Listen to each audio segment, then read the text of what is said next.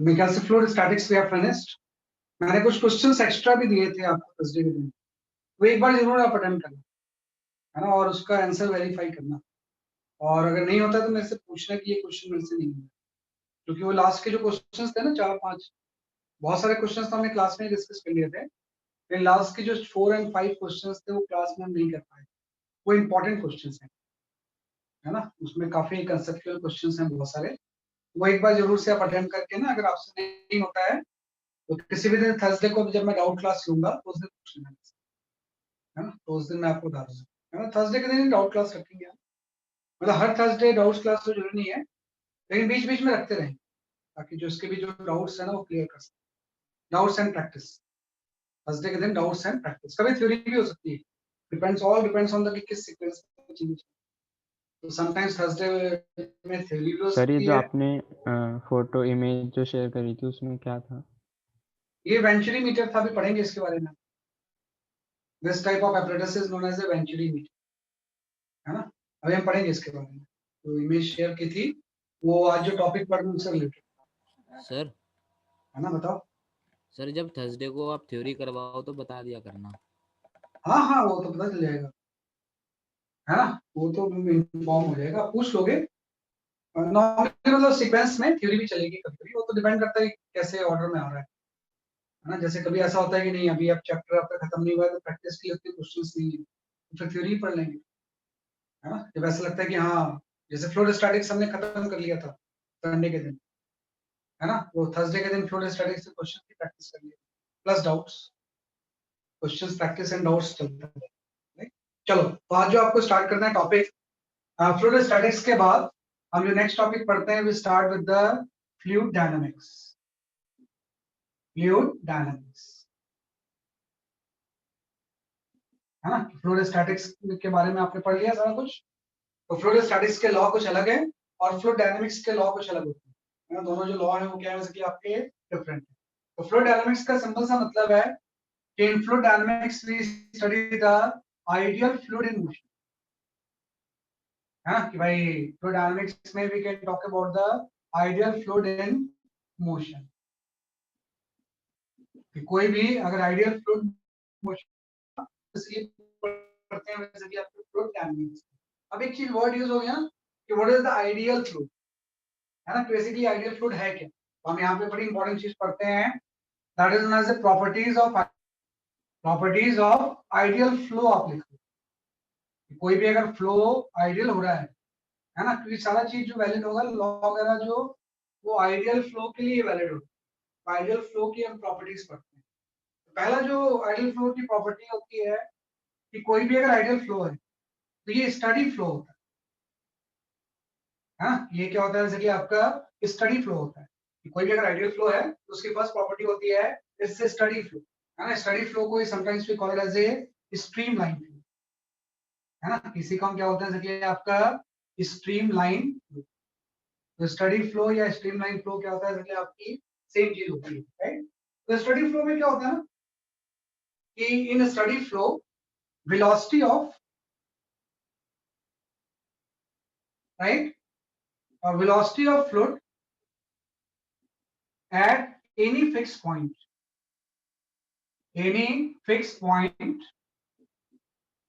right, does not change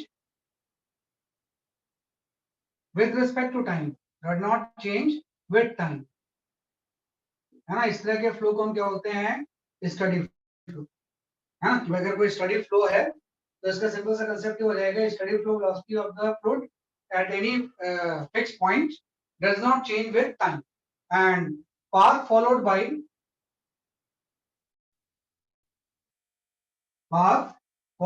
fluid,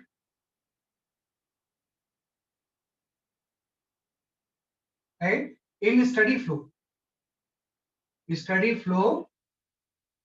is called streamline,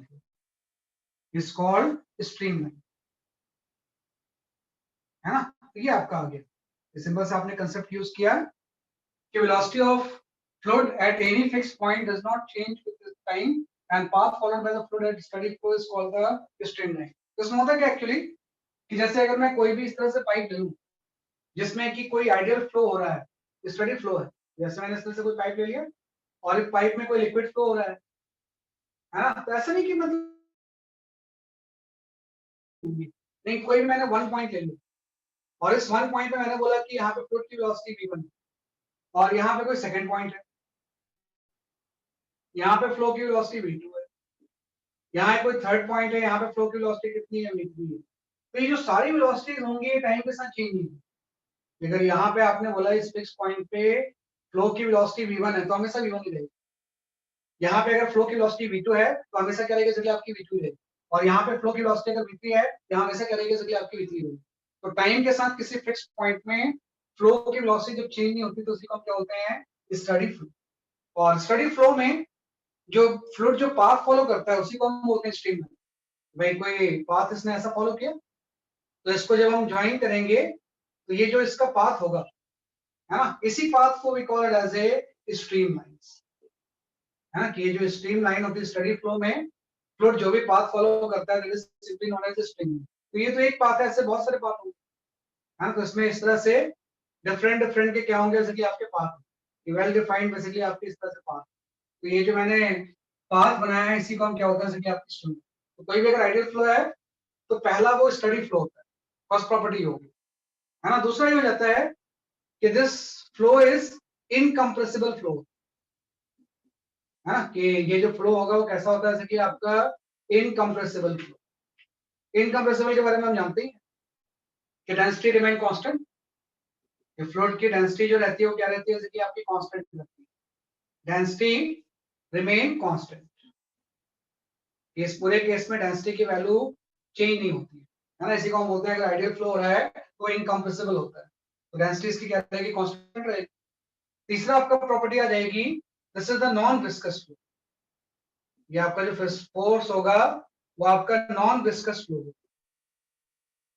है ना, मतलब इसमें फ्रिक्शन जैसी कोई चीज नहीं है ना। कि इस नॉन विस्कस फ्लो का मतलब हो जाएगा there is won't be any friction like thing, है ना। कि नॉन विस्कस फ्लो का मतलब है कि no fluid friction act,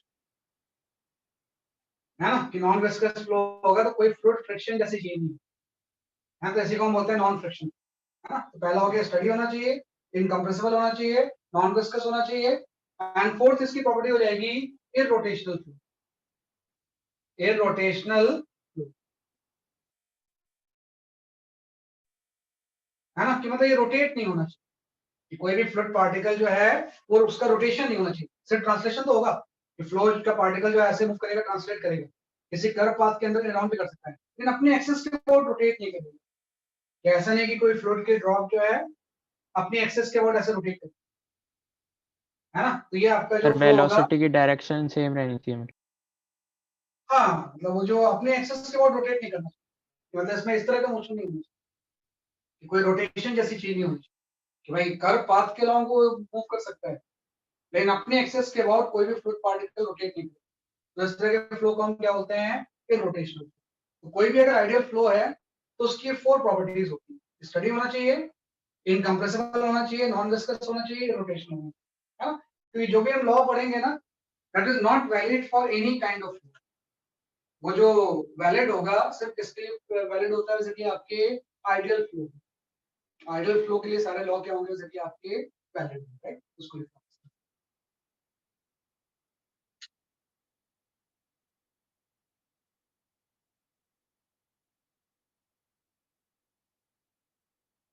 sir fluid friction क्या होता है? फ्रिक्शन जो जैसे सॉलिड के बीच में फ्रिक्शन होता है, फ्लूइड के लेयर्स के बीच में फ्रिक्शन एक्ट करता है, उसको फ्लूइड फ्रिक्शन बोलते हैं।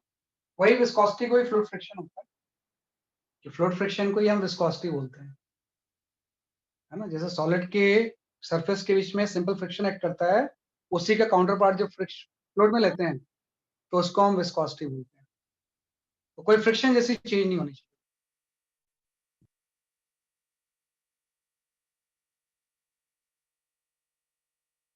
है ना। ये आपका कैसे, तो ये जस्ट आपकी दिस जस्ट फोर प्रॉपर्टीज है। अब हम आ जाते हैं कि फ्लूइड डायनामिक्स बेसिकली कौन से लॉ को फॉलो करता है। जैसे फ्लूइड स्टैटिक्स में आपने कुछ लॉ पढ़े थे कि डेप्थ के साथ प्रेशर बढ़ेगा, एंड पास्कल्स प्रिंसिपल आपने पढ़ा था, तो इसमें प्रिंसिपल या लॉ कौन सा। तो फ्लूइड डायनामिक्स में आप जानना कि सबसे पहला जो चीज होता है we study the continuity equation,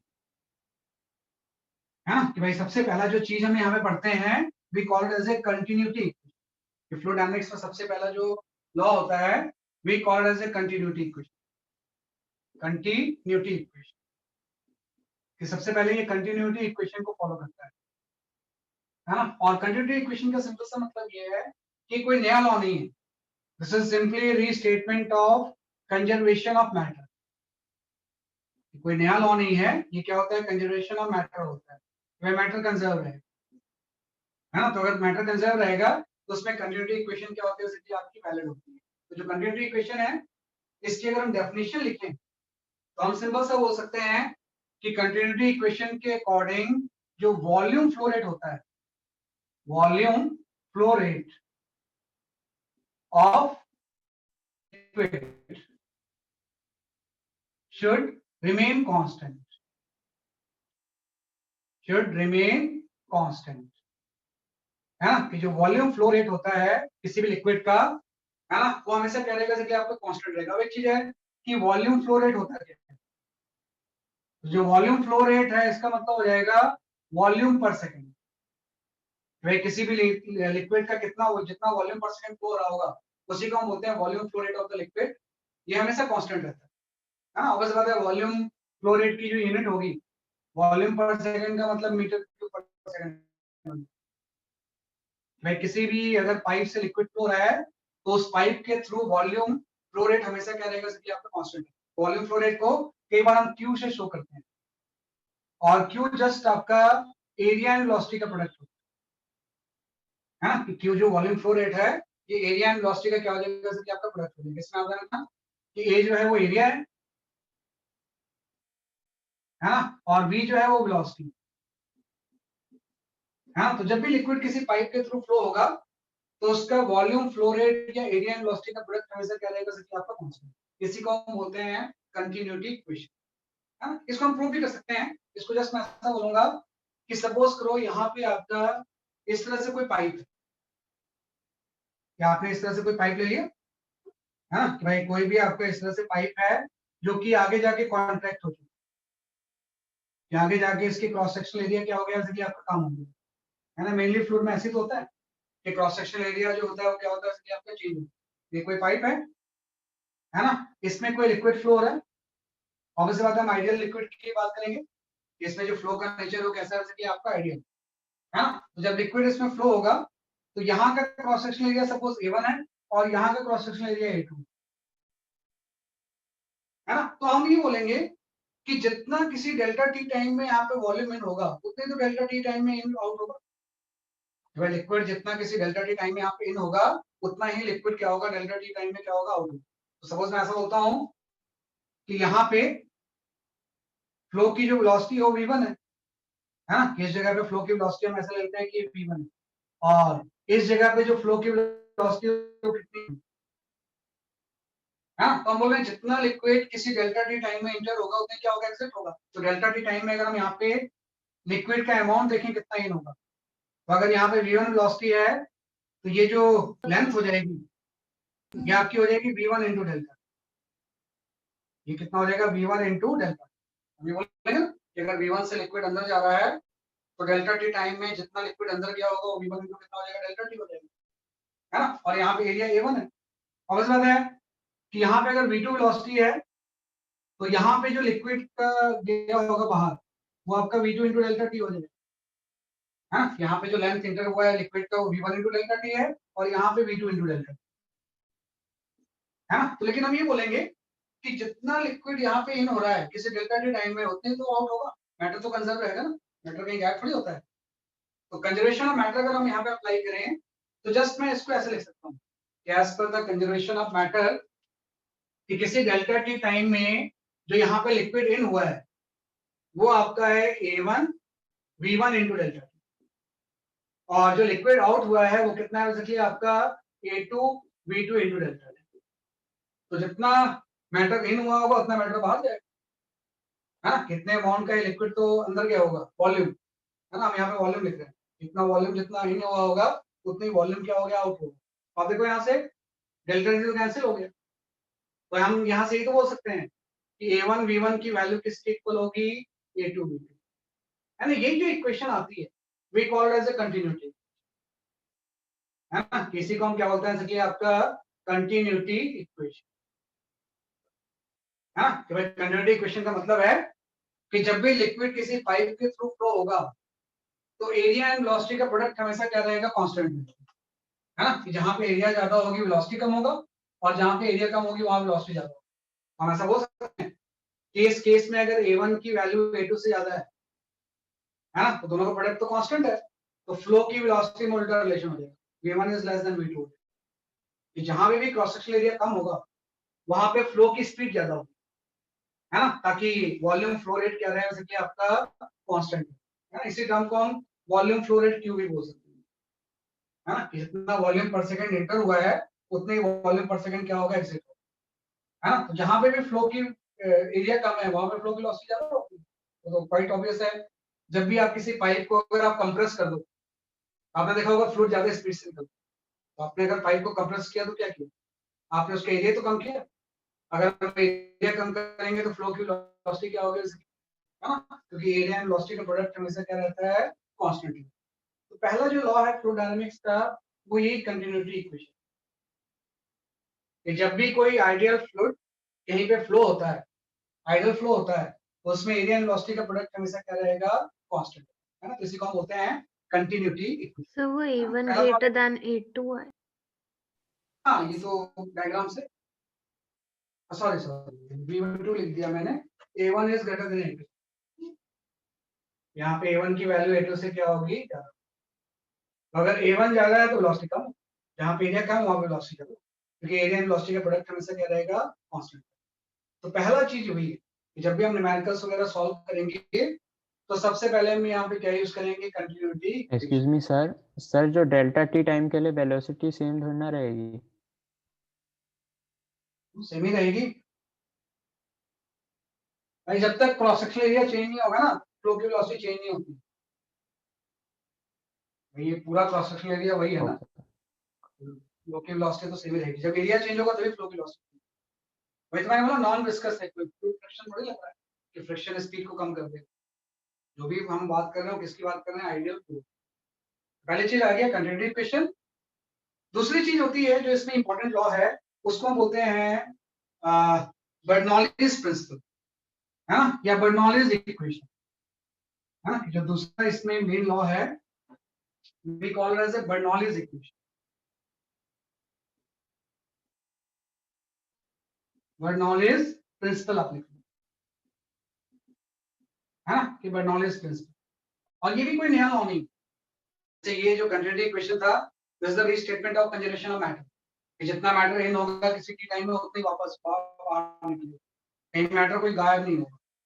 वैसे बर्नौलीज प्रिंसिपल भी कोई नया लॉ नहीं है, this is the restatement of conservation of energy, हाँ, ये किसका रीस्टेटमेंट है, बेसिकली आपके conservation of energy. This is the simply restatement of conservation of energy, है ना, कि कंजर्वेशन ऑफ एनर्जी का क्या होता है, जैसे कि आपका रीस्टेटमेंट, है ना। तो इसके अकॉर्डिंग जस्ट ऐसा होता है कि बर्नौलीज प्रिंसिपल के अराउंड हम ये बोलते हैं कि as we move along streamline, move along streamline, streamline, कि जब भी हम स्ट्रीमलाइन के अलोंग मूव करते हैं कहीं भी, चाहे पाइप के अंदर या इन जनरल कहीं पे भी, then sum of pressure energy, sum of pressure energy, है ना, कि सम ऑफ क्या हो जाएगा, जैसे कि आपका pressure energy, potential energy, potential energy and kinetic energy, kinetic energy per unit volume, per unit volume, है ना, remain constant, remain constant। ये आपका होता है कि as we move along the streamline then some of the pressure energy, potential energy and kinetic energy per unit volume क्या रहेगा, constant रहेगा, है ना। इस इक्वेशन को अगर मैं लिखना चाहूँ कि if I right the Bernoulli's equation, है ना, मैं इसका भी प्रूफ भी बताऊंगा आपको मैं कि अगर मैं बर्नौलीज इक्वेशन सिंपल से ऐसे लिखना चाहूँ, है ना, तो जो बर्नौली इक्वेशन का स्टेटमेंट होता है वो जस्ट आपका ये होता है कि P plus half rho we square, है ना, प्लस रो जी एच, है ना, ये आपका कांस्टेंट है ना, where P is the pressure, V velocity है और H हाइट होती है, तो इसको हम बोलते हैं pressure energy per unit volume, ये kinetic energy per unit volume और ये पोटेंशियल एनर्जी पर यूनिट। तो जब भी किसी स्ट्रीम लाइन के अलावा मूव करेंगे तो इन तीनों का सम क्या रहता है, जैसे कि आपको कांस्टेंट है। और ये जो आपका वीडियो ऑफ हो गई आपकी।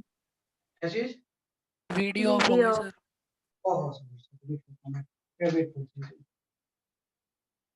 अरे यार ये अपडेट की बार बार आते रहता है।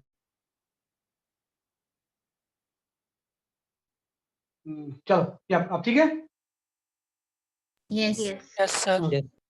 जस्ट आपने बोला कि बर्नौलीज इक्वेशन के अकॉर्डिंग पहला वाला टर्म ये सब आप समझ जाओगे अभी, this is known as the pressure energy per unit volume, this is kinetic energy per unit volume और ये potential energy per unit volume. इन तीनों का सम किसी भी स्ट्रीम लाइन के अलावा क्या रहेगा, बेसिकली आपका कांस्टेंट है ना। अब इस चीज को हम डिराइव करते हैं भाई, जस्ट आपने तो स्टेटमेंट लिखा है, अब इसका एक डेरिवेशन होता है कि बर्नौलीज इक्वेशंस को आप क्या करोगे, डिराइव करोगे, है ना। तो सिंपल से अगर हम इसका डेरिवेशन लेते हैं, है ना, कि if I talk about the derivation of Bernoulli's equation, है ना, यहाँ में आप बात करें सके आपके डेरिवेशन की, कि भाई जो बर्नौलीज इक्वेशन है इसका डेरिवेशन क्या हो, है ना। तो उसका डेरिवेशन सिंपल सा ऐसा है कि जब आप इसको डिराइव करोगे तो जस्ट आप इस तरह से कोई भी पाइप बना लो, कि इस तरह से आपको कोई पाइप है, अभी जो मैंने बनाया था इस तरह से, जिसमें स्ट्रीमलाइन फ्लो आप शो कर रहे थे ऐसे, है ना, और कोई भी आप ग्राउंड ले लो ऐसे, ये आपका रेफरेंस है, और इस रेफरेंस से इस एंड की जो हाइट है वो कितनी ले लेंगे हमें, सपोज आपका H1, और इस एंड की जो हाइट है, पाइप थिन होती है तो वो सेंटर से हाइट लो या कहीं से लो फर्क नहीं पड़ता, ये हाइट आपकी H2 हो गई, है ना। यहाँ से लिक्विड इन हो रहा है और यहाँ से आउट हो रहा है ना। ये किस सिस्टम का पार्ट भी हो सकता है, किसी सिस्टम के पार्ट को आपने आइडेंटिफाई कर लिया, तो यहाँ से लिक्विड इन हो रहा है और यहाँ पे सपोज फ्लो की वेलोसिटी जो है वो v1 है, और यहाँ से लिक्विड आउट हो रहा है, यहाँ पे फ्लो की वेलोसिटी कितनी है, v2, सर। है ना। और यहाँ पे क्रॉस सेक्शनल एरिया आप A1 ले लो और यहाँ पे क्रॉस सेक्शनल एरिया आपका A2 हो गया, कि क्रॉस सेक्शनल एरिया यहाँ पे A1 हो गया, यहाँ पे क्या हो गया, A2 हो गया, वो आपको बताइए कि A1 V1 इक्वल टू क्या हो जाएगा, A2 V2। यहाँ पे जो लिक्विड का प्रेशर है पाइप के अंदर वो सपोज आपका P1, और यहाँ पे जो लिक्विड का प्रेशर है वो पाइप के अंदर कितना है, आपका P2, है ना। किस तरह से लिक्विड इसमें फ्लो हो रहा है ना, और लिक्विड का पाइप के अंदर यहाँ पे जो प्रेशर है वो P1 है और यहाँ पे प्रेशर कितना है, आपका P2, है। तो वन बाय वन हम निकालेंगे। एक्चुअली में क्या होता है, जब आप इस चीज को डिराइव करोगे कि how to derive the Bernoulli's equations या बर्नौलीज प्रिंसिपल, तो हम यहाँ पे वर्क एनर्जी थ्योरम यूज करते हैं, है ना। फिजिक्स का एक बहुत important theorem, we call it as work energy, है ना। किसको के लिए हम यूज करेंगे, वर्क एनर्जी थ्योरम, है ना। तो वर्क एनर्जी थ्योरम क्या होता है कि सारे वर्क डन का जो सम होता है सिग्मा डब्ल्यू, ये हमेशा इक्वल होगा डेल्टा के को, this is equal to the delta K. ये सारे वर्क डन का जो सम होता है वो किसके इक्वल हो जाएगा, चेंज इन काइनेटिक एनर्जी। तो वर्क डन का अल्टीमेट इफेक्ट जो होता है वो काइनेटिक एनर्जी में चेंज आता है। कहीं भी कोई वर्क हो रहा है तो उस सिस्टम की वो काइनेटिक एनर्जी को क्या करेगा, कि आपका चेंज करेगा। तो सिग्मा डब्ल्यू में सारे वर्क डन का सम इक्वल टू डेल्टा के, चेंज इन काइनेटिक एनर्जी। तो हम देखेंगे इसमें कौन कौन से वर्क हो रहे हैं। तो इसमें तीन तरह के वर्क होते हैं, एक तो प्रेशर कुछ वर्क करता है, प्रेशर तो उसको अंदर पुश कर रहा है। दूसरा कुछ आपका ग्रेविटी वर्क करती है, वेट वर्क करता है, मॉडल में ग्रेविटी भी होता है। तो वन बाय वन अगर हम निकाले हैं तो पहले मैं यहाँ पे लिखूंगा work done on the system, है ना। किस पहला वर्क डन हम निकालेंगे कि work done by pressure on the system,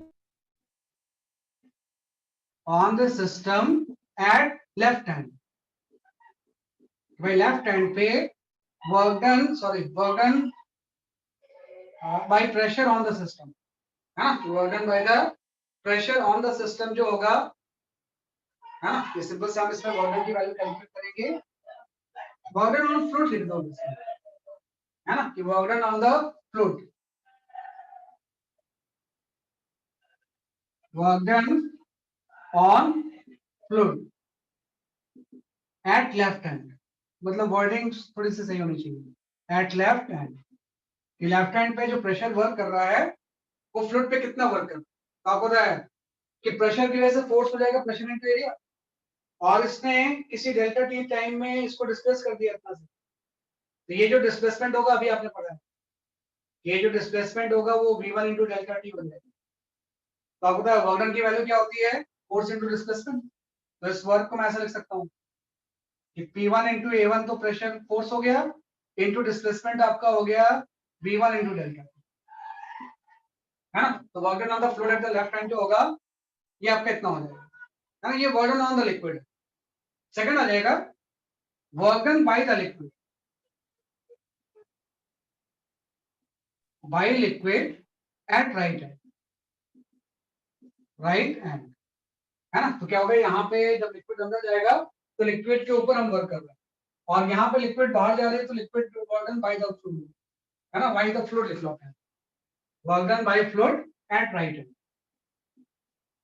है ना, तो जब राइट हैंड पे हम लिखेंगे तो आपको पता है कि अगेन वही चीज हो गई कि प्रेशर तो P2 इंटू A2 हो गया, और यहाँ पे जो डिस्प्लेसमेंट होगा ये आपका हो जाएगा V2 इंटू डेल्टा, उसी डेल्टा टी टाइम में, है ना, और ऑब्वियस बात है कि ये जो वर्क होगा ये नेगेटिव होगा, अभी आपने पढ़ा था work done on the system positive होता है, work done by the system क्या होता है, इसलिए आपको नेगेटिव होगा, तो राइट हैंड पे जो भी वर्क होगा ये आपका हो जाएगा P1 into A1 into V1 into delta,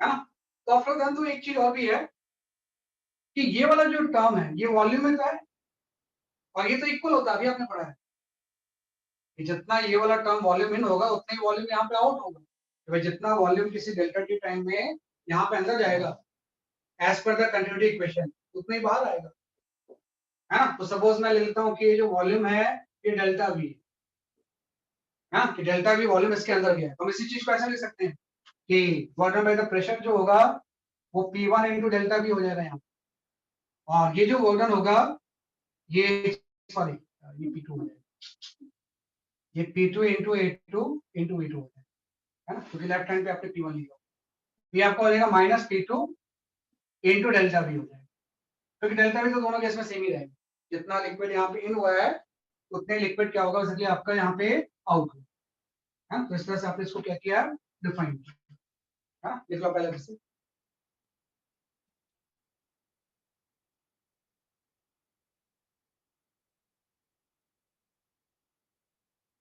हो गया अभी हम ऐसा नहीं बोल रहे हैं कुछ भी, अभी हम ऐसा कुछ नहीं बोल रहे, अभी हम कुछ ऐसा बोल ही नहीं कौन सा ज्यादा है कौन सा कम है, जस्ट मैं यहाँ पे इस तरह से बोल रहा हूँ, प्रेशर कहाँ पे ज्यादा कम है, वैसे P1 की वैल्यू P2 से ज्यादा है, नहीं तो वो साइड पे जा ही नहीं पाए, ऑब्वियस सी बात है, इस इक्वेशंस में अगर ये इस साइड से इस साइड तक जा रहा है तो प्रेशर ज्यादा होगा तभी जाएगा, तो P1 की वैल्यू P2 से ज्यादा, अभी तो हाइट को राइट करेंगे, Sir, what is delta V?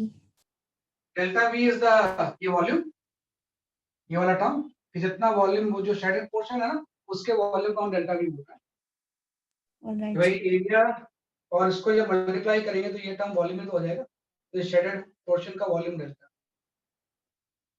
है ना, P1 इंटू डेल्टा वी यहाँ पे वर्क हो गया, P2 इंटू डेल्टा वी यहाँ पे वर्क, है ना, क्योंकि डेल्टा वी तो सेम ही रहेगा, जितना अंदर कंटिन्यूटी इक्वेशन से जितना अंदर जाएगा उतना ही बाहर, तो अगर हम नेट वर्क डन बात करें कि what is the work done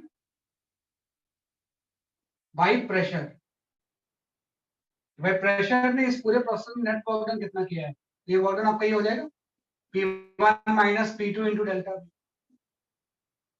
है ना, कि भाई ऑन द सिस्टम वर्क आपने पॉजिटिव लिया, बाय द सिस्टम नेगेटिव लिया, net work done by the pressure लिया, कि इस पूरे प्रोसेस में प्रेशर ने इतना वर्क, है ना, ऐसे ही आपका आ गया कि इस पूरे प्रोसेस में ग्रेविटी भी वर्क करेगी, अगर मैं बात करूं what is the work done by the gravity, work done by gravity. तो अगर मैं ऐसा बोलूं कि ये जो शेडेड पोर्शन इसका वॉल्यूम डेल्टा वी है, तो इस पोर्शन का मास अगर हम डेल्टा एम ले लें तो डेल्टा एम मास यहाँ से एंटर हुआ, डेल्टा एम में तो एग्जिट होगा, हाँ, सेम अमाउंट का मास यहाँ से क्या होगा, जैसे कि आपका डेल्टा एम एग्जिट होगा। अब देखो डेल्टा एम की हाइट बढ़ गई ना, मतलब ग्रेविटी ने कुछ वर्क किया, तो work done by the gravity जो यहाँ पे होगा वो आपका इतना हो जाएगा, ये आपका हो जाएगा minus delta M G into S two minus H mass है, ये H1 हाइट से कहां पहुंच गया, जैसे कि आपके H2 हाइट, ये जो डेल्टा एम मास है ये आपका H1 हाइट से कहां पहुंच गया, बेसिकली आपके H2 हाइट। तो work done by the gravity जो हो जाएगा वो minus delta M G into क्या हो जाएगा, S2 माइनस H। तो दो वर्क तो इसमें हुए हैं, अगर ये यहां से यहां जा रहा है तो कुछ प्रेशर ने वर्क किया है और कुछ ग्रेविटी की वजह से वर्क किया है ना। माइनस का मतलब है कि वेट तो डाउनवर्ड होता है, डिस्प्लेसमेंट ऊपर होता है, तो ग्रेविटी इस केस में कौन सा वर्क करेगी, नेगेटिव। हम ये बोल रहे हैं कि सारे वर्क का जो सम होगा वो किसके इक्वल हो जाएगा, चेंज इन काइनेटिक एनर्जी। ये सारे वर्क का जो सम होगा वो क्या हो जाएगा, कि आपका चेंज इन काइनेटिक एनर्जी। तो आपको लगा दो कि भाई इस पूरे प्रोसेस में सारे वर्क का जो सम होगा, तो एक वर्क तो आपका ये हो गया P1 minus P2 into delta we, एक आपका वर्क आपका ये हो गया delta M G into S2 minus H1, और ये इक्वल हो जाएगा चेंज इन काइनेटिक एनर्जी। तो चेंज इन काइनेटिक एनर्जी आपको पता है कि यहाँ पे जो डेल्टा एम मास है इसकी वेलोसिटी v1 है, और यहाँ पे जो डेल्टा एम मास है इसकी वेलोसिटी कितनी है, v2 है। तो जो चेंज इन काइनेटिक एनर्जी होगी उसको आप ऐसे लिख दोगे, है ना। यहाँ पे जब चेंज इन काइनेटिक एनर्जी आप लिखोगे तो आप लिखोगे half of delta M into v2 square minus half of आपका हो जाएगा delta M into v1 square. तो ये आपका चेंज इन काइनेटिक एनर्जी आ गया। लेकिन एक चीज ध्यान रखना कि जब आप बर्नौलीज प्रिंसिपल्स की स्टेटमेंट पढ़ रहे थे आप, तो आपने एनर्जी पर यूनिट वॉल्यूम लिखा है ना। इसी को अगर मैं थोड़ा सा रिशफल करूंगा, हाँ, तो मैं इसको ऐसा लिख सकता हूँ कि भाई P1 इंटू डेल्टा वी, है ना, प्लस आपका हो जाएगा delta M g h 1 plus आपका हो जाएगा यहाँ पे half of delta M into V1 square. इस पूरे इक्वेशन को हम पॉजिटिव बना देते, तो ये आपका हो गया प्रेशर एनर्जी, ये हो गया पोटेंशियल एनर्जी, ये काइनेटिक एनर्जी हो गया। तो लेफ्ट हैंड पे तीनों का सम ये है, बाकी सारी चीजों को राइट हैंड साइड पे ले जाओ, ये इक्वल हो जाएगा P2 into delta we plus आपका हो जाएगा delta M G into S2, है ना, प्लस आपका हो जाएगा half delta M into V2 square. तो यही तो एनर्जी कंजर्वेशन है कि sum of pressure energy, potential energy and kinetic energy, इन तीनों का सम कांस्टेंट रहेगा। कि जितना pressure energy conservation of energy था, मैंने बोला कि बाय नॉलेज इक्वेशन कोई नया लॉ नहीं है, बल्कि this is the restatement of conservation of energy. तो ये जो हमने लाइन लिखी है ये जस्ट कंजर्वेशन ऑफ एनर्जी तो है, इस पूरे प्रोसेस में एनर्जी क्या रहेगी, जैसे कि आपकी कंजर्वेशन ऑफ एनर्जी, हाँ, वैसा sum of pressure energy, potential energy and kinetic energy, जितना लेफ्ट हैंड पे होगा उतनी राइट हैंड पे होगा, एनर्जी कहीं पे गायब नहीं होगी। लेकिन ये तो कंजर्वेशन ऑफ एनर्जी है, इसको जब बर्नौलीज इक्वेशन में आप कन्वर्ट करोगे तो वहां पे एक वर्ड यूज हो गया है पर यूनिट वॉल्यूम, कि sum of pressure energy per unit volume, sum of potential energy per unit volume and sum of kinetic energy per unit volume. तो मतलब पूरे इक्वेशंस को आप डेल्टा वी से डिवाइड कर, पूरे इक्वेशन को आप किससे डिवाइड कर दोगे, जैसे कि आपके डेल्टा वी से। तो जैसे आप डेल्टा वी से डिवाइड करोगे पर यूनिट वॉल्यूम निकालने के लिए, है ना, कि भाई पूरे चीज में अगर हम पर यूनिट वॉल्यूम लिख लें तो डेल्टा वी से अगर डिवाइड करेंगे तो वहां पे तो डेल्टा वी कैंसिल हो गया, P1 आ गया, delta M by delta we density तो हो जाएगा रो जी H1 आ गया, delta M by delta we density आ गया हाफ रो वी स्क्वायर आ गया, एच साइड पे आ गया। तो इसी को हम बोलेंगे sum of pressure energy per unit volume, potential energy per unit volume, kinetic energy per unit volume. जितना लेफ्ट हैंड पे होगा उतने राइट हैंड पे होगा। ये फर्दर इक्वल हो जाएगा आपके P2 प्लस रो जी H2 plus half rho into V2 square. जितना इस टर्म का सम लेफ्ट हैंड पे होगा उतना ही राइट हैंड पे, या in general as per the Bernoulli's equation P plus half rho we square plus rho g h, है ना। इसका सम स्ट्रीम लाइन के अलोंग क्या रहेगा, कांस्टेंट, है ना। स्ट्रीम लाइन के अलोंग इन तीनों का सम क्या रहेगा, कांस्टेंट है। इसी को हम बोलते हैं Bernoulli's equation. This is simply known as a Bernoulli's equation, है ना। बहुत यूजफुल लॉ है ना। इसके इतने वाइड एप्लीकेशंस है कि आप सोच नहीं सकते। इन तीनों का सम किसी भी स्ट्रीम लाइन के अलोंग क्या रहेगा, कांस्टेंट, है ना। ये हम कर सकते हैं इसलिए तो डेरिवेशन आपको आना चाहिए कि किस तरह से हमने इस चीज को डिराइव, और एग्जैक्टली ये वही डेरिवेशन है जो एनसीईआरटी में दी है। मैं जब भी कोई डेरिवेशन करवाता हूँ तो किसी दूसरी बुक का वो नहीं तो स्टूडेंट कंफ्यूज है। दो मेथड से डेरिवेशन नहीं करना चाहिए, घुमा फिरा के सब एक ही चीज होती है। तो एग्जैक्टली एनसीईआरटी जैसे। Sir work done by fluid at right end में माइनस क्यों है? बाय द सिस्टम जब फ्लूइड कोई वर्क करता है तो नेगेटिव होता है ना। Work done on the system जो होता है वो पॉजिटिव होता है बाय कन्वेंशन, और work done by the system negative होता है। ओके, है ना, उसलिए कन्वेंशन यूज किया। Work done on the system मतलब एनर्जी आप उसमें इंपोर्ट कर रहे हो, work done by the system मतलब एनर्जी बाहर जा रही है। एक वर्क पॉजिटिव होगा, एक वर्क नेगेटिव होगा। तो ये होता है बर्नौलीज इक्वेशन। तो आपको ये सारी चीजें सही हैं, लेकिन मेनली आपको बस दो लॉ लिखने हैं। मैं अभी लिखता हूँ। वेट फॉर मी।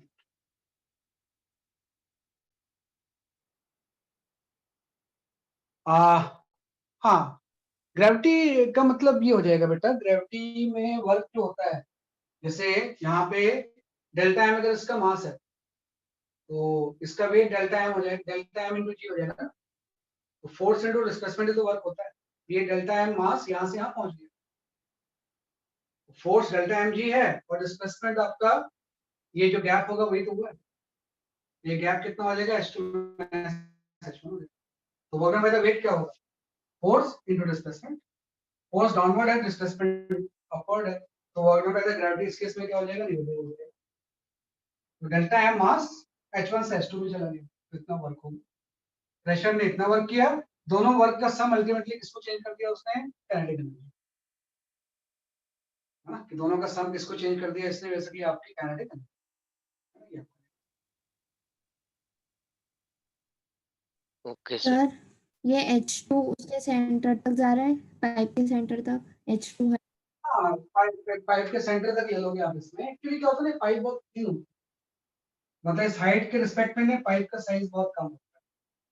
तो हम जानबूझ के सेंटर ले लेते हैं, अगर नहीं भी लेंगे तो कोई फर्क नहीं पड़ता। मतलब हम सेंटर ले या ये ले कोई फर्क नहीं, क्योंकि पाइप का जो साइज है ना, रेडियस है, वो इस हाइट के रिस्पेक्ट में बहुत कम हो सकता है। रेडियस सेंटीमीटर में हो और ये जो हाइट हो मीटर्स में। तो आप सेंटर लो या ये लो कोई फर्क नहीं,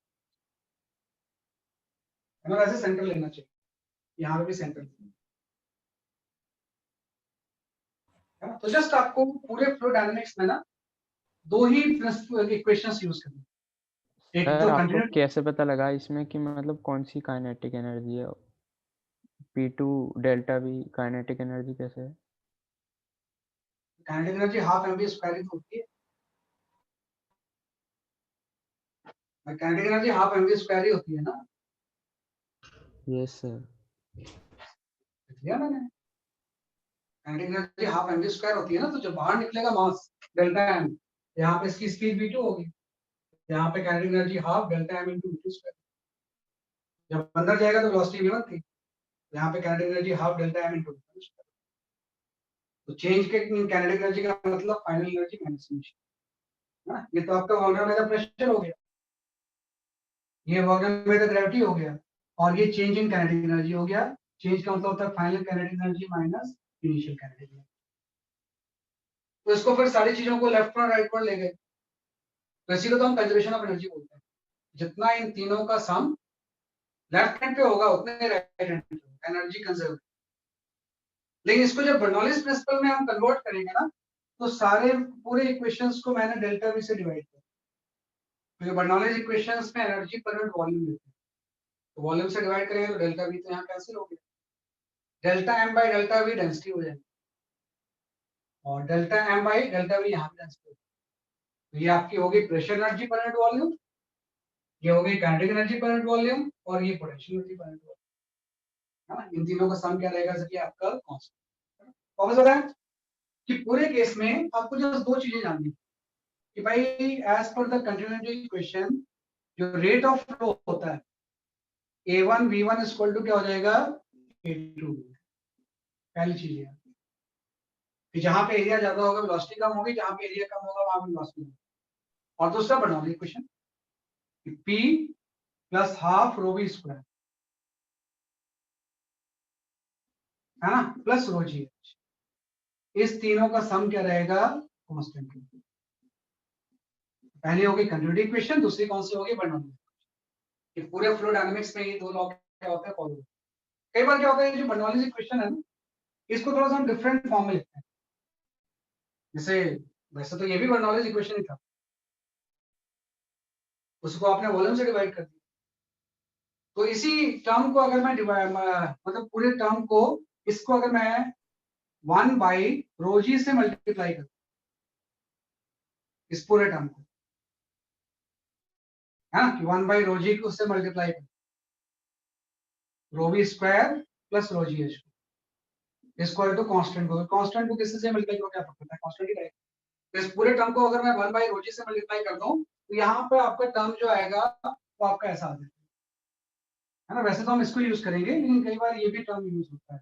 यहाँ पे आपका आ जाएगा P बाई रोजी प्लस यहाँ पे अगर हम यूज करेंगे तो वी स्क्वायर बाई 2g आ जाएगा, और यहाँ पे हम यूज करेंगे तो अच्छा ये कांस्टेंट है। हाँ, ये भी बर्नौली इक्वेशन ही।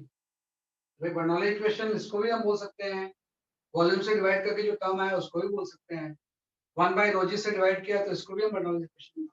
आपको ध्यान दो, डायमेंशनली ये सारे टर्म कौन से टर्म होंगे, डायमेंशनली अगर देखा जाए तो किस चीज की डायमेंशन का सम होगा ये, डायमेंशनली क्या चीज होगी सर? ये जो टर्म होगा, हाँ लेंथ या हाइट होगा ना। भाई सारे हाइट ही तो होंगे क्योंकि h हाइट है, तो अगर ये Yes, मीटर है तो यस ये भी सर। मीटर ही, ये भी मीटर ही होगा।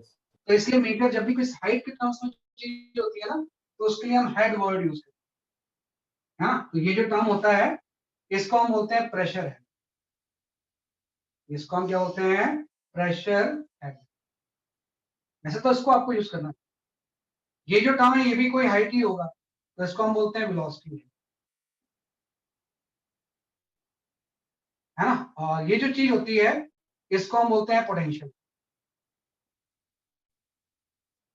पोटेंशियल, है ना। तो जब भी कोई स्ट्रिंग लाइन के अकॉर्डिंग जब बिलोंग अगर हम जाएं तो प्रेशर हेड, वेलोसिटी हेड और पोटेंशियल हेड का सम क्या रहेगा, कांस्टेंट। ये भी बर्नौली इक्वेशन है, लेकिन जस्ट ये टर्म दूसरी है, इसको हम यूजली यूज नहीं करते। यूज आपको यही दोनों, जो भी आप न्यूमेरिकल सॉल्व करोगे वो इसी से।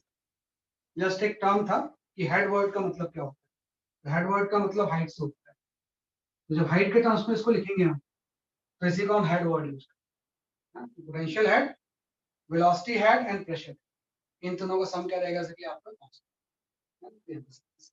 तो इसी दोनों को आपको क्या करना है, यूज करना।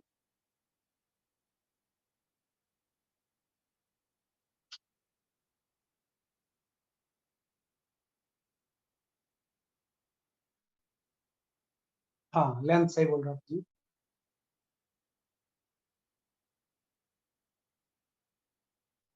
बहुत बढ़िया चीज है ये। थोड़ा सा इसमें वही बात है ना, जहाँ पे फ्लूइड आ जाता है तो थोड़ा सा पैराडॉक्स टाइप की चीज है।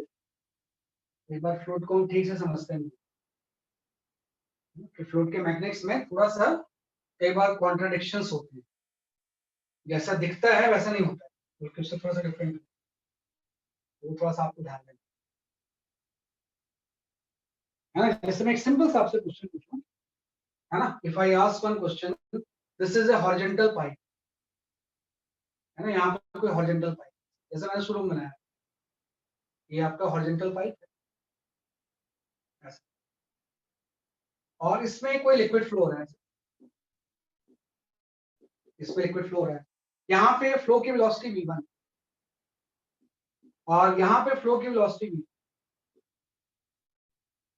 यहाँ पे फ्लो का जो प्रेशर है P1 है, यहाँ पे फ्लो का प्रेशर P2।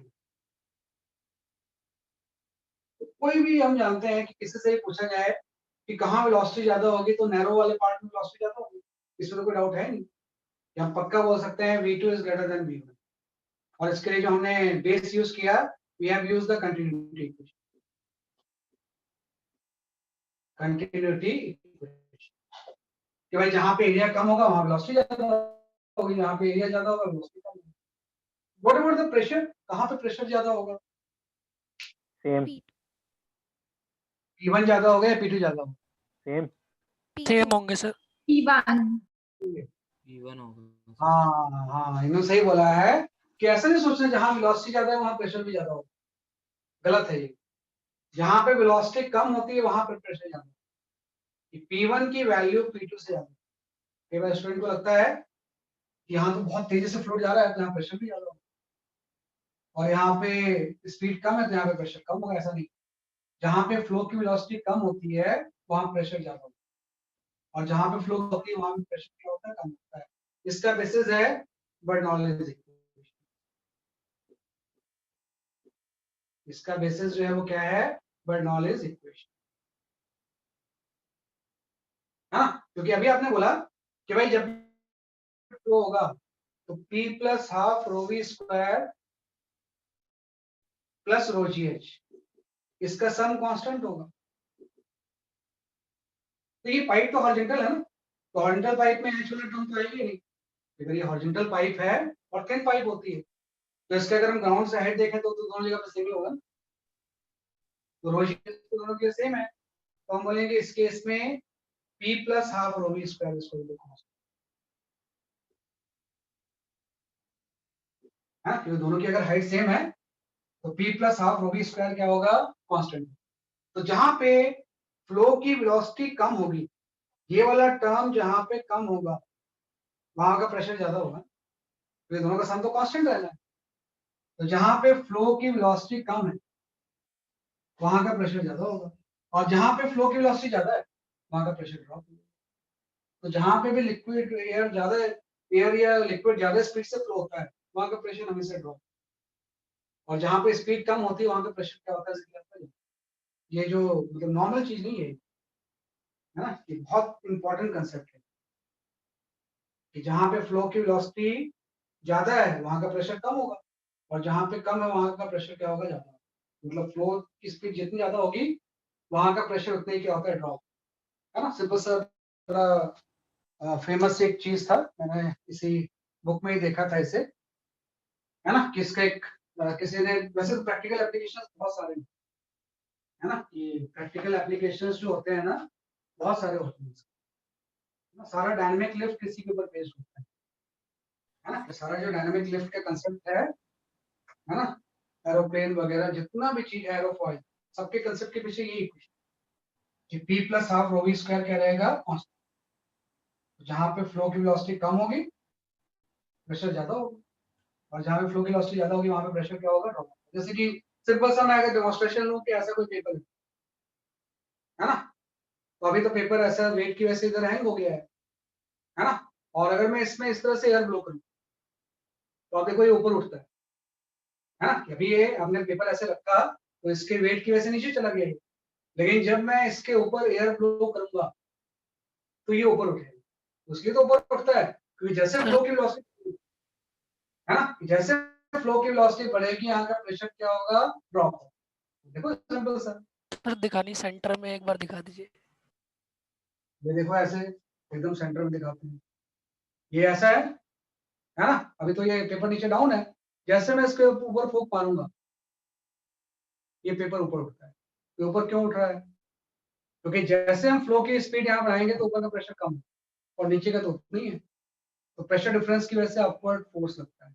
इसी को डायनामिक लिफ्ट बोलते हैं।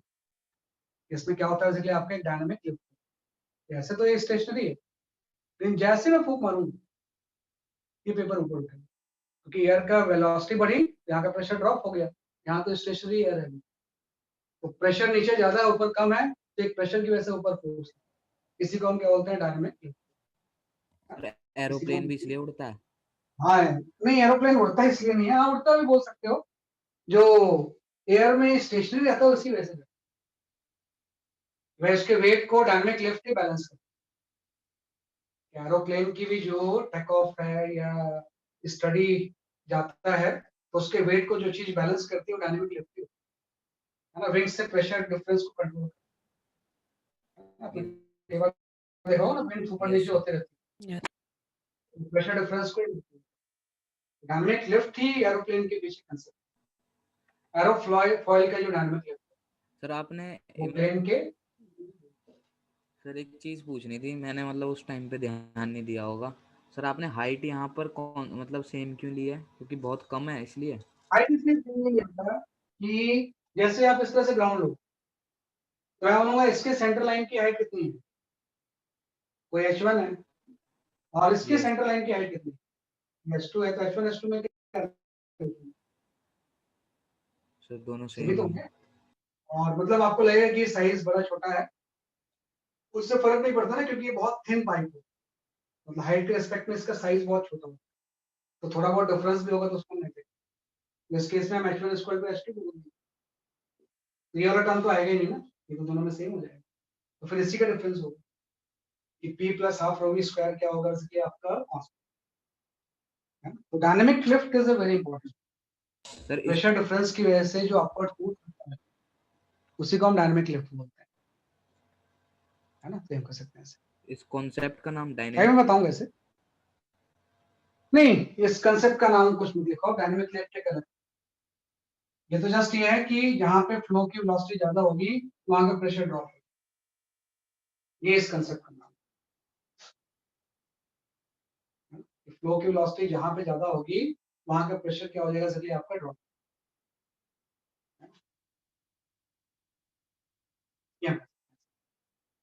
सर कि फ्लो की प्रेशर वेलोसिटी ड्रॉप जहां पे हुआ तो ज्यादा मतलब जो कम हो पेपर है जाएगा, वो स्ट्रेट हो गया, मतलब हाँ थोड़ा ऊपर ऊपर हो चले गया। गया ना, ऊपर ऊपर की तरफ, क्योंकि ऊपर का प्रेशर कम है, नीचे का प्रेशर ज्यादा है, तो प्रेशर डिफरेंस की वजह से एक अपवर्ड फोर्स लगता है, उसकी वजह से ऊपर चला जाता है ना, तो क्यों ऊपर जाएगा, और कोई तो रीजन नहीं है ना। तो हम यहाँ पे डायनामिक लिफ्ट को इस तरह से डिफाइन करते हैं कि dynamic lift is the upward force, है ना, ड्यू टू प्रेशर डिफरेंस, है ना, सिंपल सा हम ऐसा बोलते हैं कि upward lift due to pressure difference, pressure difference, है ना, is called dynamic lift, called dynamic lift, है ना, कि अपवर्ड फोर्स जो प्रेशर डिफरेंस की वजह से होता है, इसी को हम क्या बोलते हैं, इसलिए आपके डायनामिक लिफ्ट। कई जगह पे होता है, जैसे आपने देखा होगा ना, कई बार बोलते हैं कि कोई हिल स्टेशन जहाँ पे होता है, तो हिल स्टेशन पे बोलते हैं साइड कोई बहुत विंड अगर फ्लो हुई तो छत उड़ जाती है ना, कई बार होता है हिल स्टेशन पे, आप देखोगे घर के अंदर यस हो, सर, काम को छत गायब हो गई, है हरिकेन्स ना, की आप सो रहे हो कंडीशन तो आपको छत गायब हो, हाँ जैसे विंड फ्लो होगा ना, तो इस तरह से छत होती है, इस शेप की छत होती है ना, और ये कोई भी हाउस है, ये ऐसा हम घर बना रहे हैं, है ना, तो हम बोलते हैं कि भाई छत उड़ गई, छत क्यों उड़ जाती है, डायनामिक लिफ्ट की वजह से, क्योंकि जैसे घर के अंदर का जो प्रेशर होगा वो तो एटमॉस्फेरिक रहेगा, क्योंकि इसके अंदर की एयर तो स्टेशनरी है ना, जैसे यहाँ पे एयर फ्लो होगी, बहुत विंड अगर आई है, तो एयर की फ्लो की वेलोसिटी ज्यादा होगी, तो यहाँ का प्रेशर अगर कोई पी है, तो वेलोसिटी अगर ज्यादा है तो प्रेशर ड्रॉप हो जाएगा, है ना, यहाँ पे अगर वेलोसिटी ज्यादा है फ्लो की, यहाँ पे तो स्टेशनरी एयर है, प्रेशर एटमॉस्फेरिक है, यहाँ पे अगर वेलोसिटी ज्यादा है तो प्रेशर एटमॉस्फेरिक से कम हो जाएगा, यहाँ पे आपका आ जाएगा P is less than P, है ना, तो पी नॉट ज्यादा है, बाहर प्रेशर ड्रॉप हो गया, तो प्रेशर डिफरेंस की वजह से एक अपवर्ड इसमें फोर्स, है ना, इसी को हम बोलते हैं डायनामिक। सर इसी रीजन की वजह से कहते हैं कि हरिकेन्स के टाइम पे अपने वो विंडोज वगैरह खोल के रखनी चाहिए, हाँ ये भी बिल्कुल बिल्कुल वही हो गया, विंडो अगर ताकि खोल के अंदर भी जो एयर की स्पीड है वेलोसिटी है सेम रहे और उड़े ना। आपने कुछ स्पीड रहेगी, तो प्रेशर डिफरेंस ज्यादा क्रिएट नहीं है ना। अगर प्रेशर डिफरेंस अंदर आपने क्लोज कर दिया तो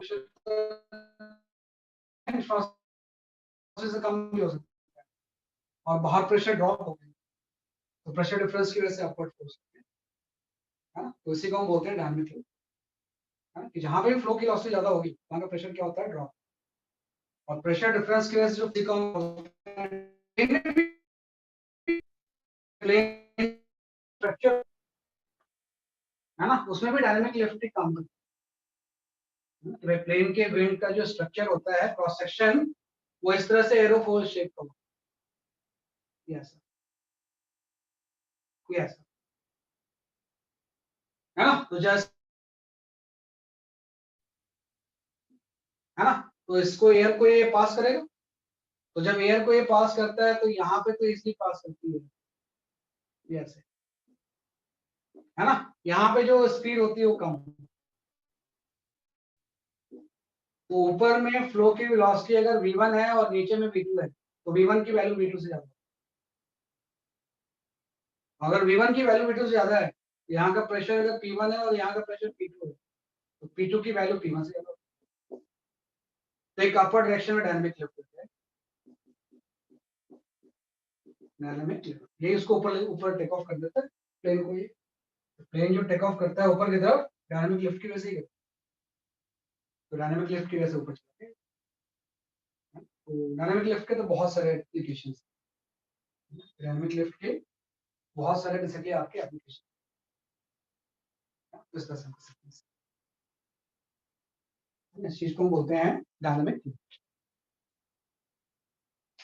तो जहां पे भी फ्लो की स्पीड ज्यादा होगी वहां पे प्रेशर क्या होगा, बेसिकली आपका ड्रॉप, है ना। और जो एक अपवर्ड फोर्स लगेगा, है ना, तो वो जो चीज होती है ना, है ना, तो वो जो चीज होगी वो आपका होता है बेसिकली आपका अपवर्ड फोर्स होगा, उसी को हम बोलते हैं बेसिकली आपकी dynamic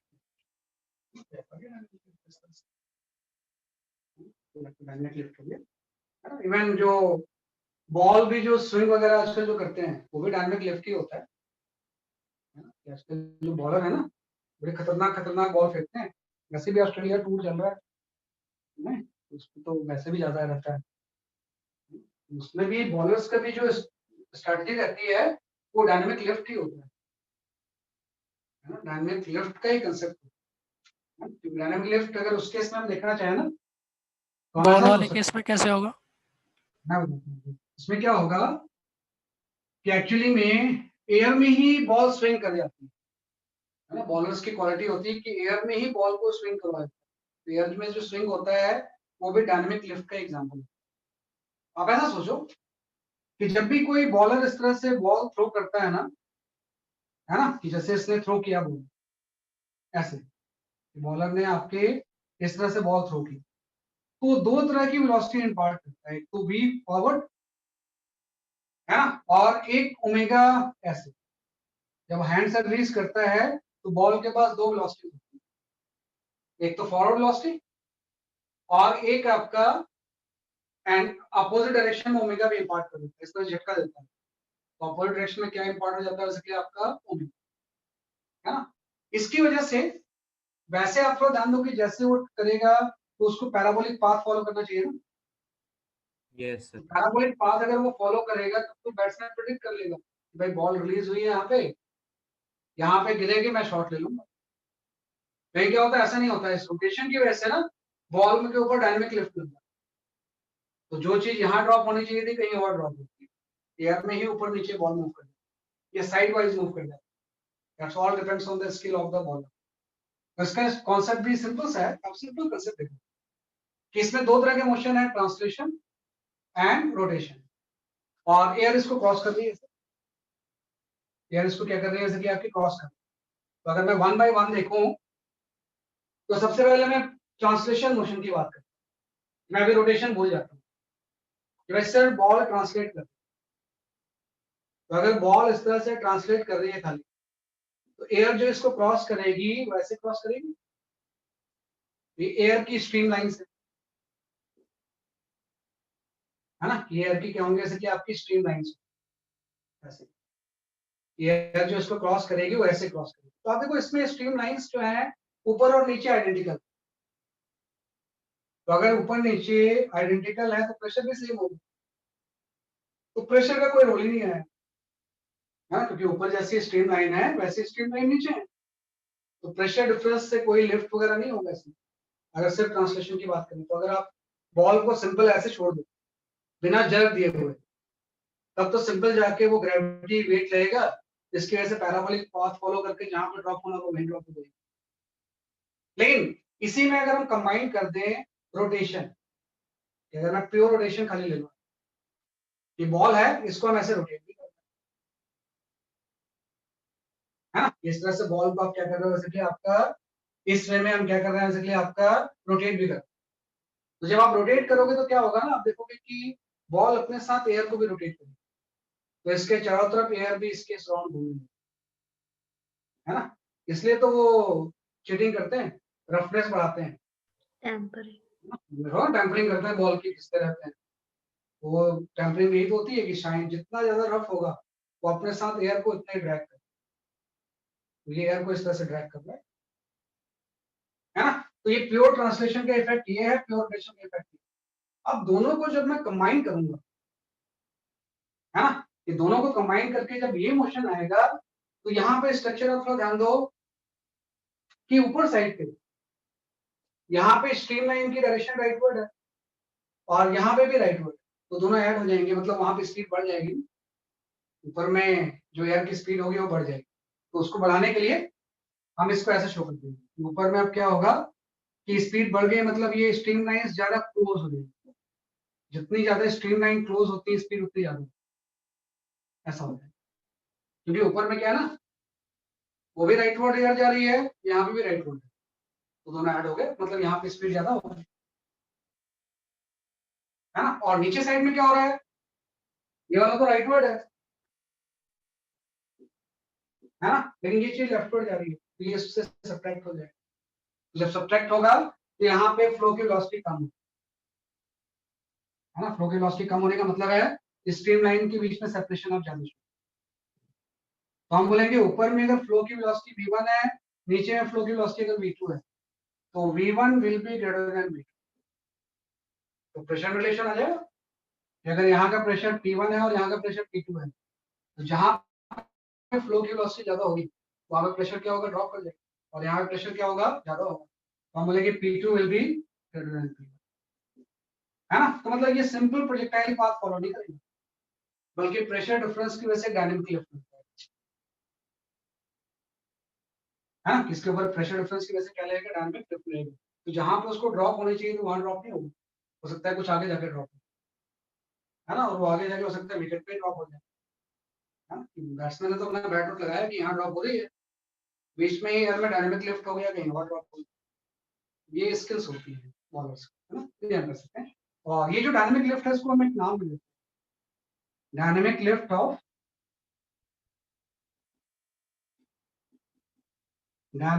of spinning ball is called Magnus effect. Spinning ball is called Magnus effect. ये Magnus effect। सर ये प्लस माइनस मतलब वेलोसिटी पे फर्क पड़ेगा ना इससे? हाँ, Magnus effect। सर है भाई, इसमें क्या है ना, दोनों वेलोसिटीज अगर ऐड हो रही है तो नेट वेलोसिटी बढ़ जाएगी, और यहाँ पे इधर एयर जा रही है इधर एयर जा रही है, तो दोनों एयर की वेलोसिटी में सब्ट्रैक्शन हो जाएगी, तो ऊपर बढ़ जाएगी नीचे कम हो जाएगी, तो प्रेशर डिफरेंस क्रिएट होगा और एक डायनेमिक लिफ्ट लगेगी। और इसी dynamic lift off spinning ball को वी कॉल एज एक नया नाम देते हैं, इसी को हम बोलते हैं मैग्नेस इफेक्ट, है ना। इसी को हम क्या बोलते हैं, जैसे कि आपकी मैग्नेस क्या है इस तरह से, ये आपके डायनेमिक लिफ्ट के सारे example based on simple this equation. इतने बड़े बड़े फिनोमेना है, बस यही है इसके पीछे, और ये भी कोई नई चीज नहीं है। This is restatement of conservation of energy, है ना। P प्लस हाफ रो स्क्वायर क्या होगा, कांस्टेंट। जहां पे V ज्यादा होगा वहां पे प्रेशर कम होगा, जहां पे V कम होगा वहां पे प्रेशर। ठीक है, तो हम कर सकते हैं, तो हम इस तरह से सॉल्व कर सकते हैं। तो सारे डायनेमिक लिफ्ट के एग्जांपल होते हैं। जैसे कई बार होता है ना कि जैसे आप जो गोल्फर्स होते हैं, तो आपको लगा होगा यार ये तो मारा बड़ा चला गया इतना दूर, आप ट्राई करके देखना, है ना, 100 मीटर भी नहीं आगे जाएगी वो। जो नहीं खेल रहा है, जो खेलता है गोल्फ, उसको तो पता होता है ना। लेकिन कोई ऐसे चला जाए कि मुझे नहीं आता है, चलो मारने तो है, जैसे बैट से मारते हैं इसको ही मार देंगे, है ना। उसका तो देखा होगा बॉल एकदम ऊपर जाके कितनी दूर जाते हैं, तो डायनेमिक लिफ्ट से ही जाता है ना। वो भी जो उसके ट्रेजेक्टरी को फॉलो करता है गोल्फ की बॉल, वैसे ट्रेजेक्टरी बिना डायनेमिक लिफ्ट के पॉसिबल नहीं है ना। अगर गोल्फ की बॉल में आपने, जो गोल्फ की बॉल होती है एक्चुअली में, अगर हम गोल्फ की बॉल को देखें तो गोल्फ की यस बॉल सर। प्लेन नहीं होती, है ना। उसके ऊपर इस तरह से डिम्पल्स बने होते हैं, ऐसे ऐसे डॉटेड स्ट्रक्चर होता है।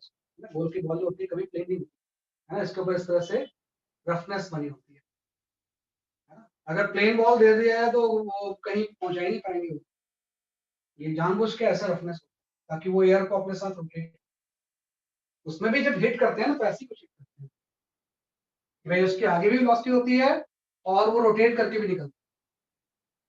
वो जो बीच में रफनेस बनी होती है ना, उसका पर्पज ही वही होता है कि उसको अपने साथ एयर को ड्रैग करेगा, तो प्रेशर डिफरेंस क्रिएट होगा, उसकी वजह से और ज्यादा वो डायनेमिक लिफ्ट, तभी तो उतना दूर जाता है वो। अगर मैं प्लेन बॉल दे दूं तो बिल्कुल वो कहीं नहीं पहुंचाता है ना। तो थोड़ा सा डिफरेंट चीज, तो सब चीजें एग्जांपल जो है, this all are the example of the dynamic,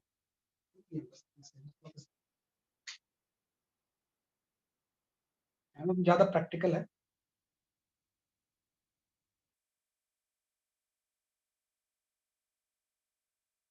तो इसी को मतलब जैसे मैंने तो अभी बोला कि भाई पैराबोलिक पाथ को प्रेडिक्ट नहीं कर पाएंगे डायनामिक लिफ्ट की वजह से।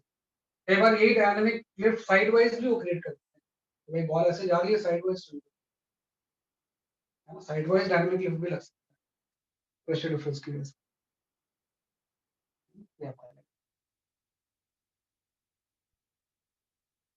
तो ये हम इस तरह से कर सकते हैं सॉल्व, है ना। तो I will get the free numericals, और वो जो न्यूमेरिकल्स होंगे जस्ट इसी के ऊपर बेस्ड है ना, उसमें कोई नया कंसेप्ट नहीं है, बल्कि उस न्यूमेरिकल्स में जस्ट यही चीज है। वैसे दो equation a1 v1 is equal to क्या हो जाएगा, a2 v2 A2V2 and p plus half rho v square plus rho g h is equal to constant. उसके अलावा कोई दूसरी इक्वेशन लगती है, है ना। इसी दोनों इक्वेशन से सब चीजें हम क्या करते हैं solve. Let's try free numericals.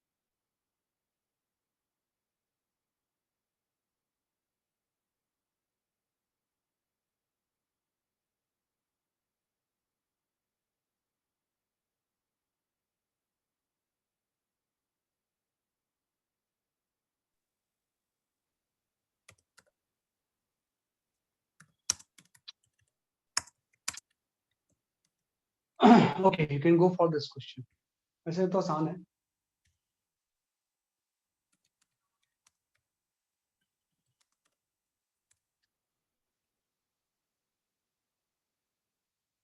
हाँ, बॉल अगर रफ होगी ना तो अपने साथ वो एयर को रोटेट करेगी, अगर रफ नहीं होगा तो एयर को रोटेट ही नहीं कर पाएगी। ये सारी चीजें क्रिएट तभी हो रही है ना जब वो बॉल अपने साथ एयर को रोटेट कर पाए। अगर साइनिंग बॉल होगी तो फ्रिक्शन कम होगा ना, तो अपने साथ एयर को रोटेट नहीं कर पाएगी, तो इसलिए रफ होनी चाहिए।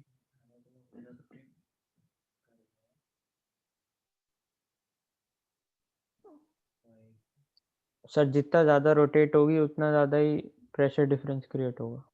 जितना ज्यादा बॉल के साथ एयर रोटेट हो उतनी ज्यादा प्रेशर डिफरेंस, उतनी ज्यादा डायनेमिक लिफ्ट होगा।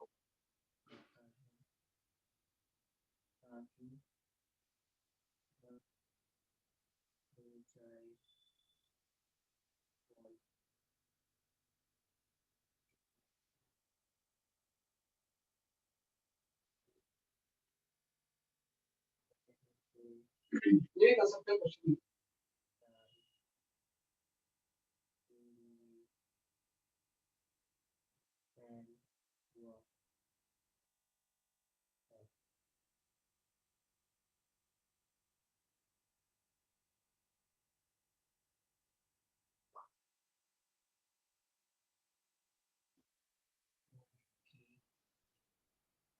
कई बार आपको बोलते हैं जो फास्ट ट्रेन है उसके पास में खड़े मत हो, इसी वजह से तो बोलते हैं। जैसे फास्ट ट्रेन जाएगी ना, उसके लोकेशन पे तो एयर की स्पीड ज्यादा होगी, वहाँ प्रेशर ड्रॉप हो जाएगा। आपके लोकेशन पे प्रेशर ज्यादा है, तो प्रेशर डिफरेंस की वजह से आप फास्ट ट्रेन की तरफ अट्रैक्ट हो सकते हैं।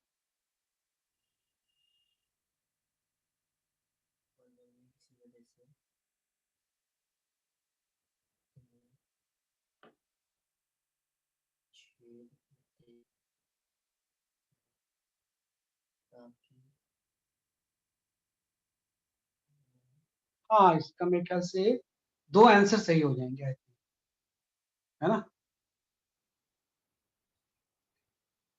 अब ऐसे मैक्सिमम वर्ड यूज मत करो आप, तो मैक्सिमम का मतलब वो सी से भी ज्यादा है ना? तो मेरे ख्याल से एक ही ऑप्शन सही है। One option is only correct, only one option is the correct. हाँ सही है ना? Piyush Jha, your answer is correct, only one option is correct. हाँ रमेश सही है, यथार्थ, पीयूष, भव्या, कागरा, आदित्य आपका भी एक सही है, एंड दीपक सही है आपका आंसर, साक्षी सही है ना? सही है आदित्य, आपका आंसर सही है ना?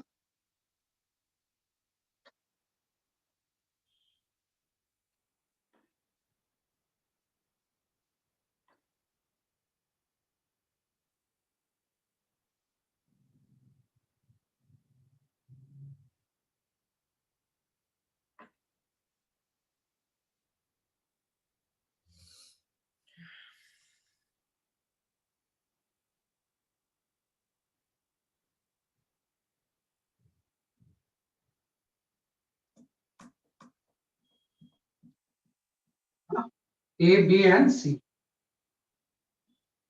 3 पाइप लगे हुए थे इससे, है ना? ए बी एंड सी, वैसे तो आसान क्वेश्चन है, अभी जो हमने कंसेप्ट पढ़ा उसी के ऊपर।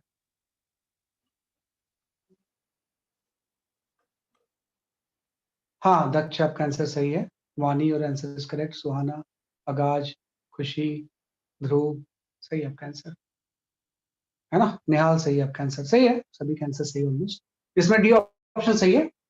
ए और सी में लिक्विड की हाइट सेम होगी, क्योंकि आपको पता है जैसे यहाँ से लिक्विड फ्लो होगा, यहाँ पे अगर फ्लो की वेलोसिटी v1 है और यहाँ पे अगर फ्लो की वेलोसिटी v2 है, तो यहाँ पे भी तो v1 ही होगी ना, क्योंकि यहाँ पे और यहाँ पे एरिया सेम है।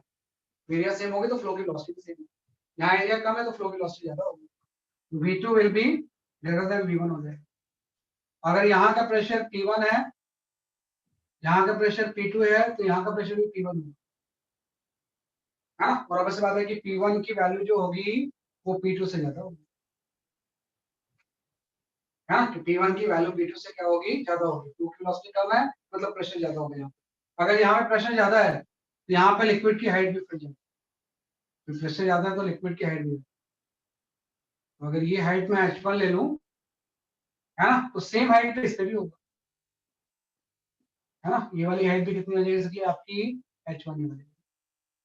यहाँ से आप ले लो हाइट सेंटर से, है ना? और यहाँ पे प्रेशर कम है तो यहाँ पे height come,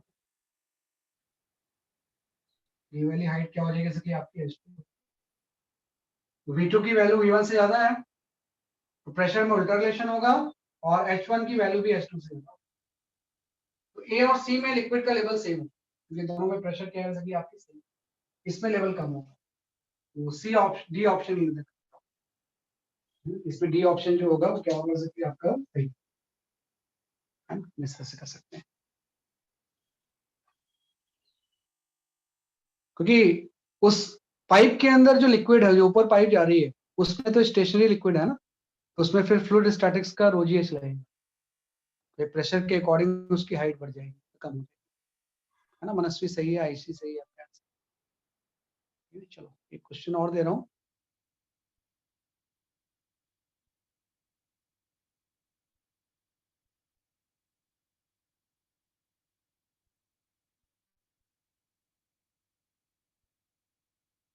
okay, I will give one question. ये हो गया, you can go for this question। इसी का ये न्यूमेरिकल इंटीजर टाइप क्वेश्चन है, जो कंसेप्ट आपने पढ़ा है।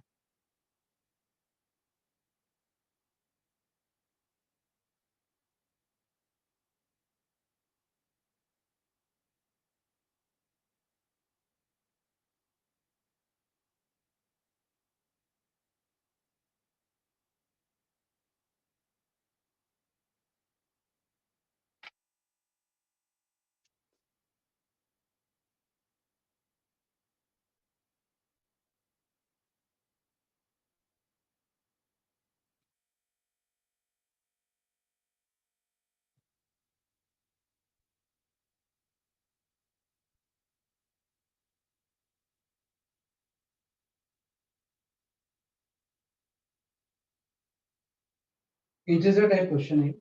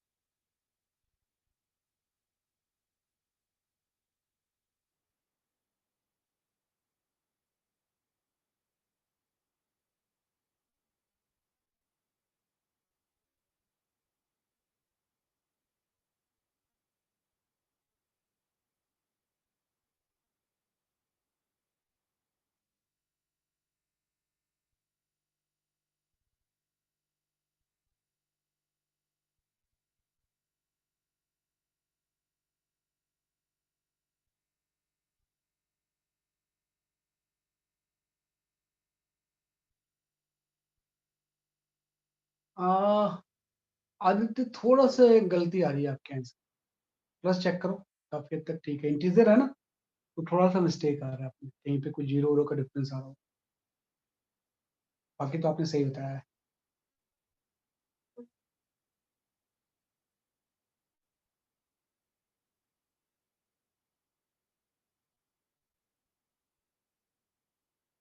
भाई दो ही चीज लगती है, continuity equation and Bernoulli's equation.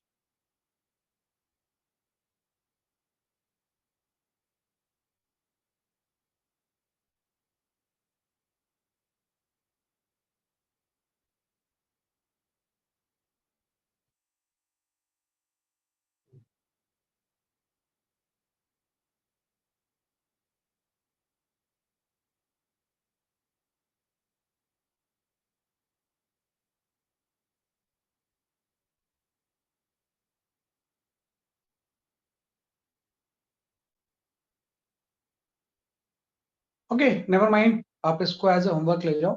This question takes time, तो टाइम लगेगा कैलकुलेशन में से। Tomorrow will discuss this question, है ना। तो आज आप इसको होमवर्क ले जाओ, मैं ग्रुप में सेंड भी कर दूंगा, है ना। That's all for Okay, today. sir. We have Thank you, sir. Started with dynamics. आज बेसिकली हमने कुछ कंसेप्चुअल चीजें ही ज्यादा पढ़ी। कल हम एप्लीकेशंस पढ़ेंगे। एक एप्लीकेशन तो डायनामिक लिफ्ट हमने पढ़ लिया है, इसके अलावा भी बर्नौलीज इक्वेशंस के applications. So tomorrow we'll study the applications of Bernoulli, like Venturi meter वगैरह क्या होता है, इन सब चीजों के बारे में बात करेंगे। That's all for today. Bye bye. Thank you sir. Thank you, sir. Bye bye.